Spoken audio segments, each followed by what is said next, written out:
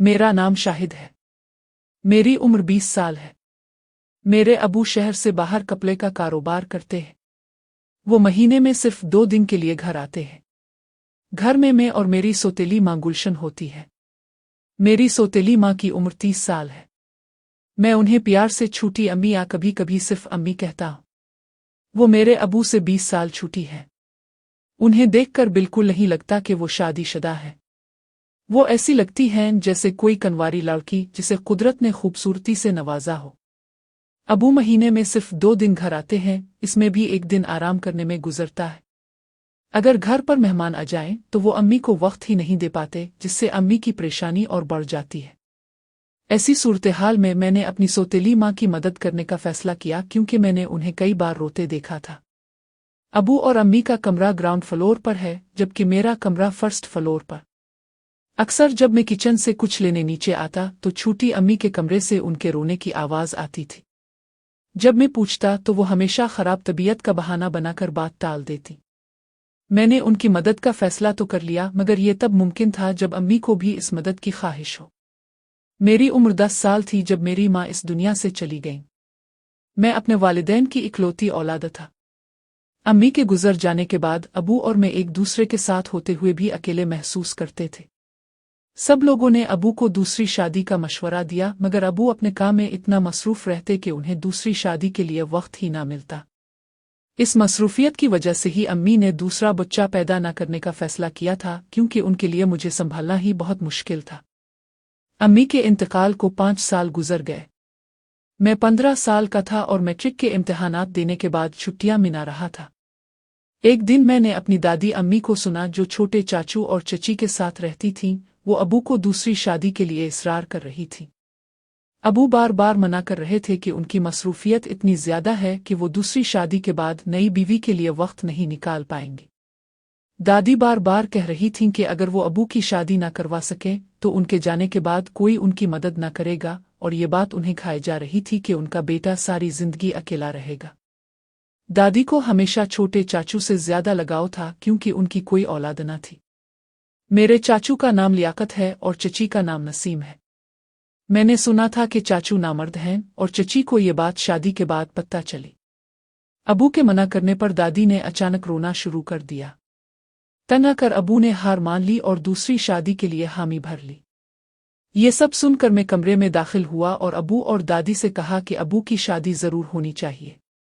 मेरा मकसद ये था कि अबू मेरे लिए परेशान ना हों, क्योंकि मैं अब जवान हो गया था और मुझे अबू के अकेलेपन का एहसास होने लगा था। ये सुनकर अबू के कंधों से बोझ उतर गया। उन्होंने दादी से कहा कि वो रिश्ता देखना शुरू कर दें। दादी मुस्कुराएं और बोलें कि उन्होंने पहले से ही एक लड़की पसंद कर रखी है।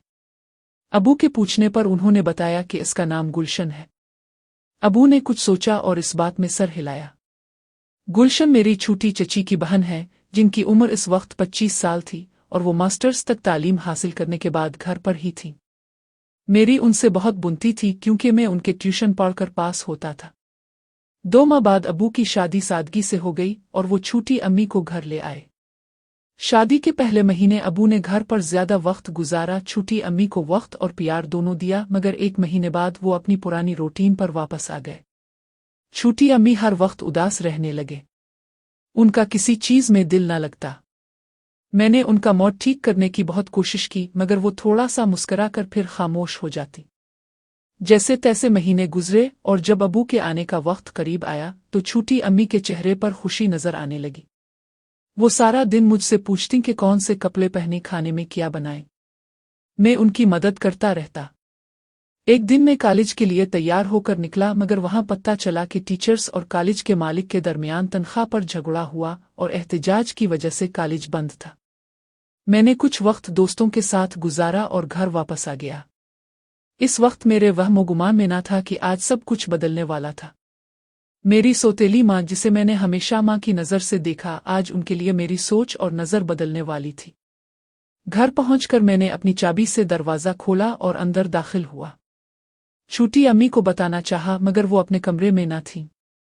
उनका वॉशरूम भी खुला था।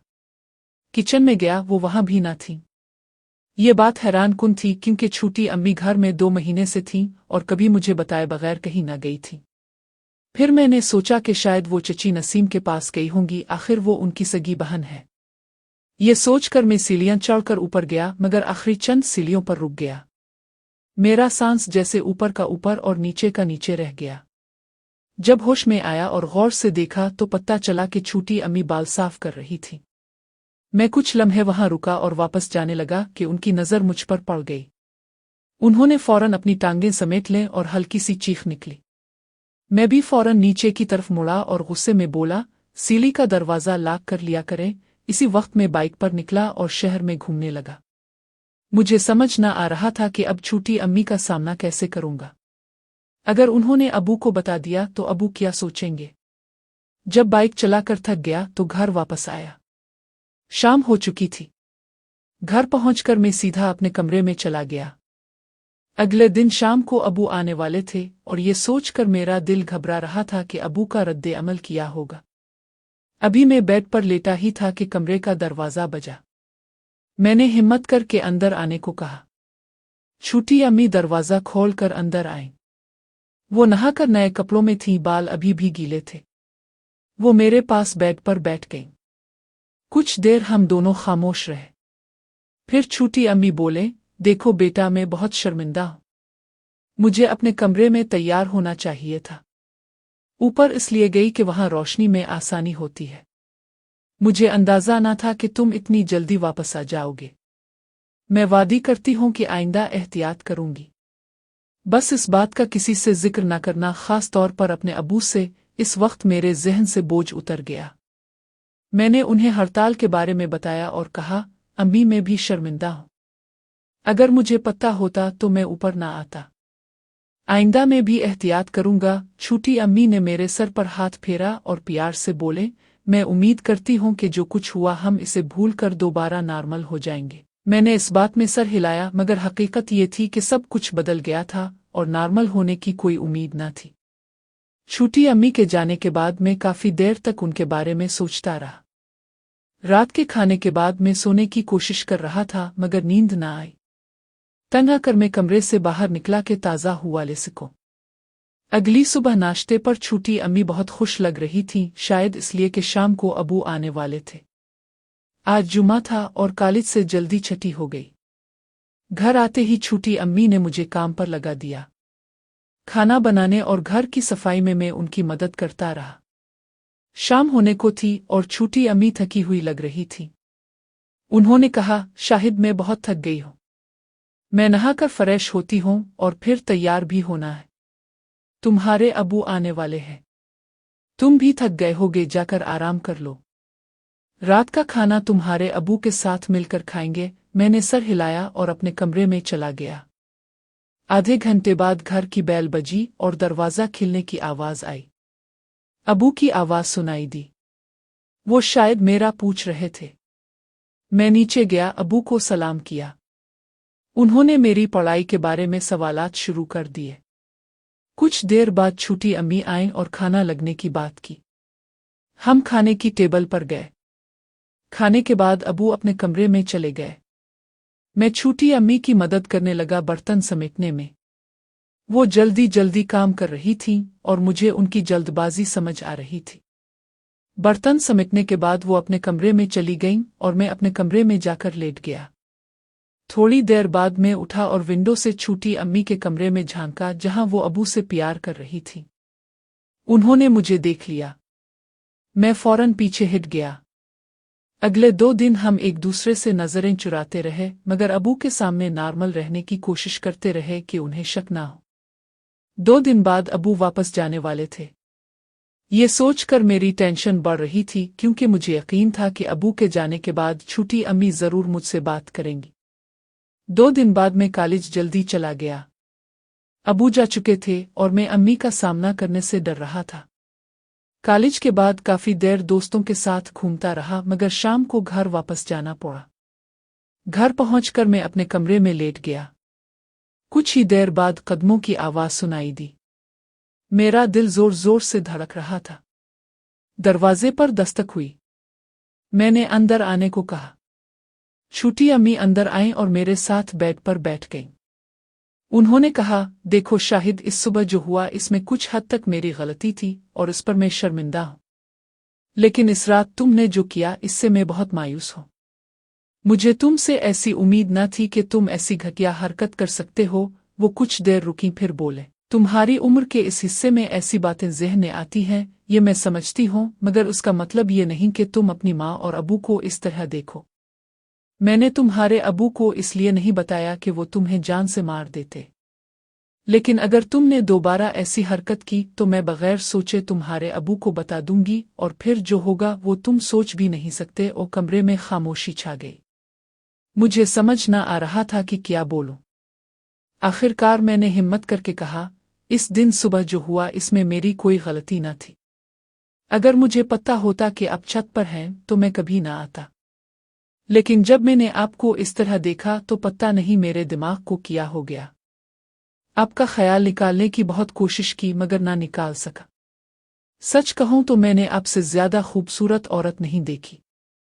इस रात मुझसे रहा ना गया। मैं जानता हूं कि जो किया वो गलत था, मगर मेरा अपने ऊपर कंट्रोल ना रहा। मैं बहुत शर्मिंदा हूं।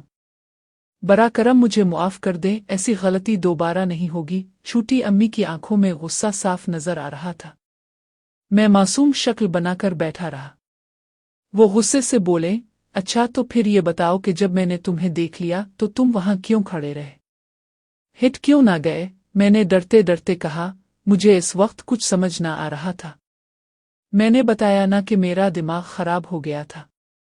लेकिन अपने भी तो मेरी आंखों में आंखें डालकर देखा था। छोटी अम्मी कुछ देर खामोश हो गई। वो जानती थीं कि कुछ देर के लिए वो भी बहक गई थी। अचानक उनकी आंखों में गुस्सा उतर आया। वो खड़ी हुई और मेरे मुंह पर जोरदार थप्पड़ मारा। फिर बगैर कुछ बोले कमरे से निकल गईं। अगले कई महीनों तक छोटी अम्मी ने मुझसे ठीक से बात ना की। मैं भी उनसे नजरें चुराता रहा। लेकिन आहिस्ता आहिस्ता सब कुछ नॉर्मल होना शुरू हो गया। इस दिन के बाद 5 साल तक मैंने बहुत कोशिश की कि दोबारा ऐसा मौका मिले, मगर छोटी अम्मी बहुत मोहतात हो गई थी। वो मुझे घूरते हुए देख लेती मगर नज़रअंदाज कर देती। 5 साल गुजर गए और अब मेरी उम्र 20 साल थी। अबू ने मेरा दाखिला शहर की एक यूनिवर्सिटी में करवा दिया था ताकि छोटी अम्मी घर पर अकेली ना हो। मैं यूनिवर्सिटी के आखिरी साल में था। गर्मियों की छुट्टियों में घर पर बिल्कुल फारिग था। उन दिनों अबू ने फ़ोन पर अम्मी को बताया कि वो 2 से 3 महीने तक घर नहीं आ सकेंगे। शायद इसी वजह से छोटी अम्मी पहले से ज्यादा परेशान रहने लगी थी। उनके लिए अकेला रहना बहुत मुश्किल हो गया था। मैं उन्हें बताना चाहता था कि वो अकेली नहीं है। मैं उन्हें बताना चाहता था कि इस घर में कोई और भी है जो उनसे प्यार करता है और कभी उन्हें अकेला नहीं छोड़ेगा। अम्मी की परेशानी मुझसे देखी न गई तो मैं चची नसीम के पास चला गया। उन्हें बताया कि छोटी अम्मी हर वक्त रोती रहती है, बहुत परेशान रहती है और पहले से ज्यादा खामोश हो गई है।